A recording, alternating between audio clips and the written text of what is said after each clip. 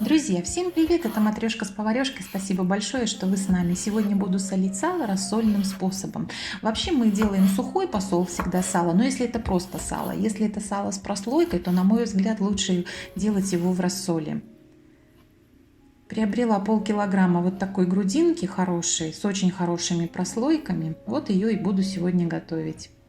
Для моего количества, для рассола достаточно будет 1 литра воды. Беру 1 литр охлажденной кипяченой воды. Добавляю 150 грамм соли. В общем, вот такой расчет. На 1 литр 150 грамм соли. Все хорошенько размешиваю до полного растворения соли. Потом берем контейнер подходящего размера или банку. Кстати, банка даже удобнее. Можно сразу порезать кусочками нужными и в банку перекладываем эти кусочки. Заливаем все рассолом. Больше здесь нам ничего не нужно. Самое главное, чтобы сало, или грудинка были полностью покрыты рассолом. Закрываем крышкой и отправляем в холодильник на любую полку холодильника на 2 суток. Через 2 суток уже варю рассол. Для этого взяла точно так же 1 литр воды и точно так же 150 грамм соли добавляю. Но если у вас другое количество воды, то берете такое же, как в прошлый раз у вас было.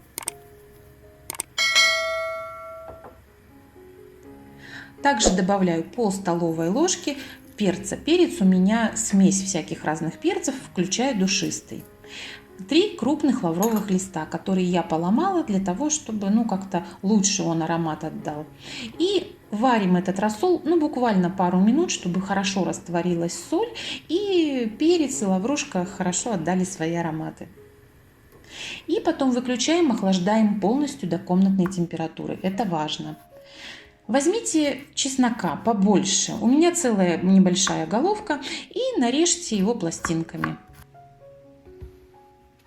Теперь возвращаемся к грудинке. 2 суток, как я вам уже сказала, прошло. Видите, рассол стал такого ярко-розового цвета, то есть вся кровь, которая была в мясе, она вышла. Этот рассол грязный, мы его выливаем, он нам больше не нужен.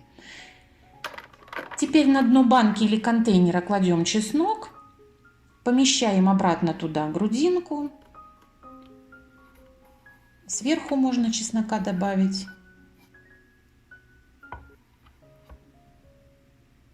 И заливаем хорошо остывшим рассолом. Теперь у нас грудинка будет приобретать именно аромат.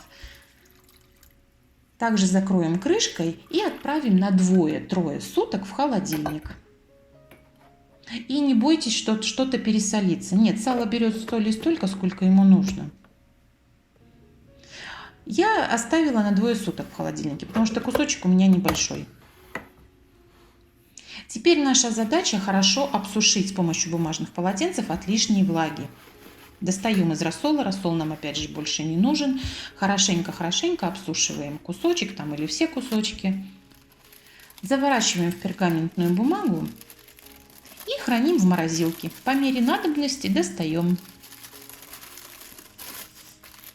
Я уберу на некоторое время, просто чтобы было легче резать. Вот у меня пару часов, наверное, в морозилке пролежала. Но схватилось хорошо. Сало режется достаточно так тяжело. Ребят, очень ароматно, вкусно. И соли лишней, поверьте, никакой нет. Вот такая красота получается и очень вкусно. Друзья мои, я вам желаю всем приятного аппетита. Будьте здоровы, пусть вам сопутствует удача. Подписывайтесь на наш канал, чтобы не пропускать новые видео. Пока-пока.